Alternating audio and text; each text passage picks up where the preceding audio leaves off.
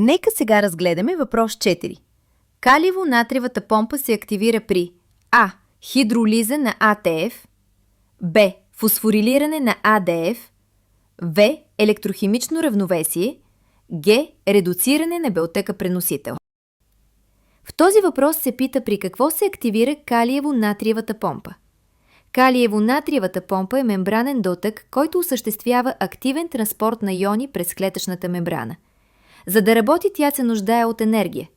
Тази енергия се получава при хидролизата на АТФ до АДФ и неорганичен фосфат.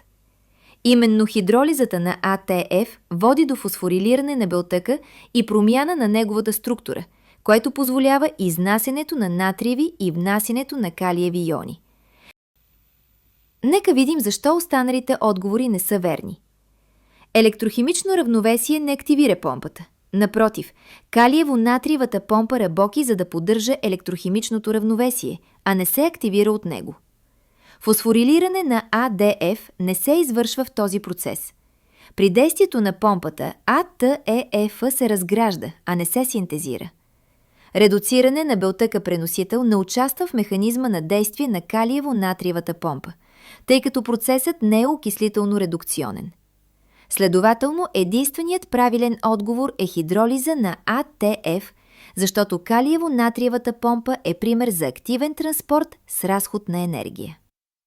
Ако искаш да упражниш още задачи, в описанието под видеото ще намериш линк към пълния вариант на матурата, както и към подробното обяснение на калиево-натриевата помпа на нашия сайт.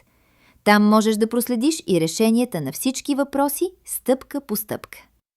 Ако тези видеа ти помагат при подготовката, можеш да харесаш видеото и да се абонираш за канала, за да получаваш още решения на матурни задачи по биология.